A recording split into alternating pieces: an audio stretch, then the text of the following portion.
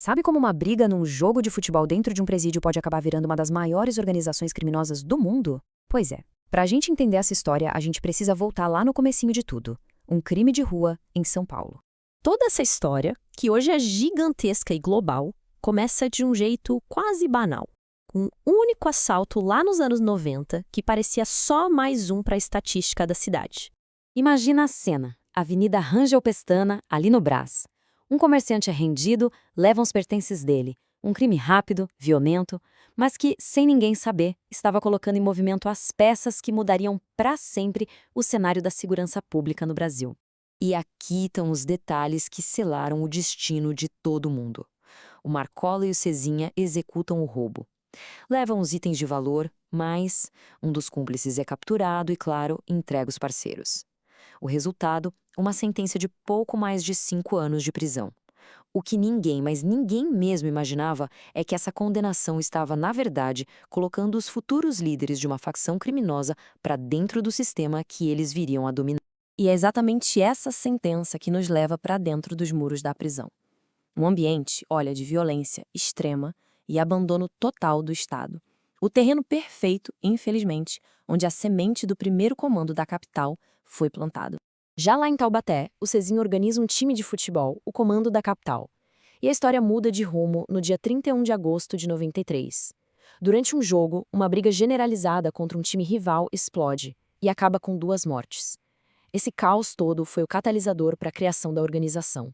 Então, o ponto crucial é este. Para se protegerem das retaliações e da violência do sistema, os jogadores daquele time fundaram o primeiro comando da capital.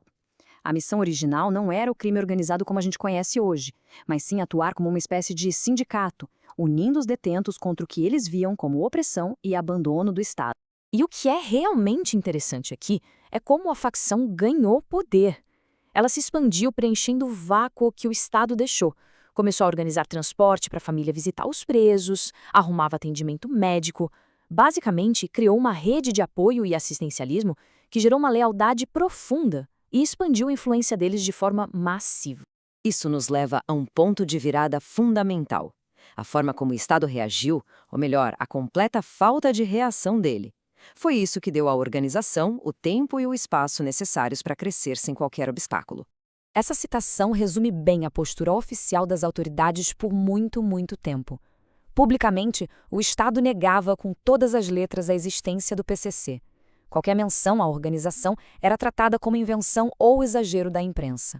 Essa negação sistemática teve uma consequência direta e gigantesca. Ela deu ao PCC uma década inteira para se estruturar, crescer e se espalhar por todo o sistema prisional de São Paulo, praticamente sem ser incomodado. 10 anos de crescimento nas sombras. Enquanto o Estado olhava para o outro lado, por dentro, a facção passava por uma transformação profunda. Uma mudança de poder que ia consolidar a liderança e definir os novos rumos da organização. Com o crescimento rápido, as ambições se tornaram maiores.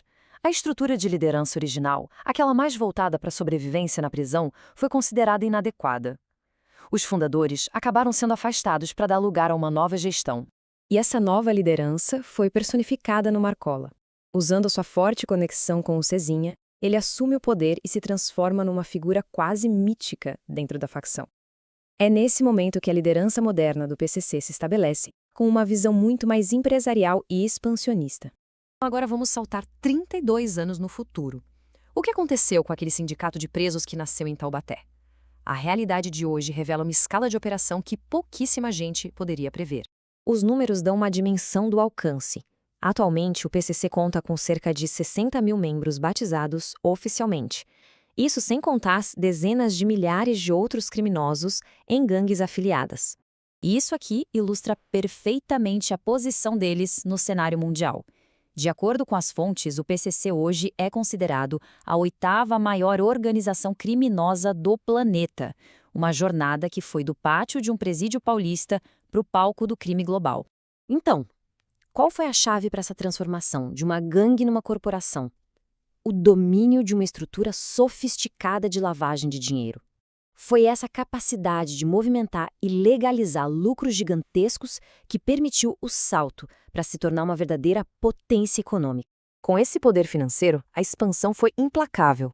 O PCC se espalhou por todo o sistema prisional brasileiro, fincou raízes na Europa e se consolidou como uma entidade criminosa de fato transnacional, com operações em múltiplos continentes. Ao colocar o início e o presente lado a lado, a trajetória fica muito clara. O que começou com o roubo de relógio e brigas de detentos evoluiu para uma potência transnacional, com operações europeias e uma força econômica global. E essa jornada toda, do pátio da prisão ao cenário global, deixa com a gente uma reflexão importante sobre as consequências que surgem quando o Estado, seja por omissão ou por negação, decide simplesmente desviar o olhar de um problema crescente.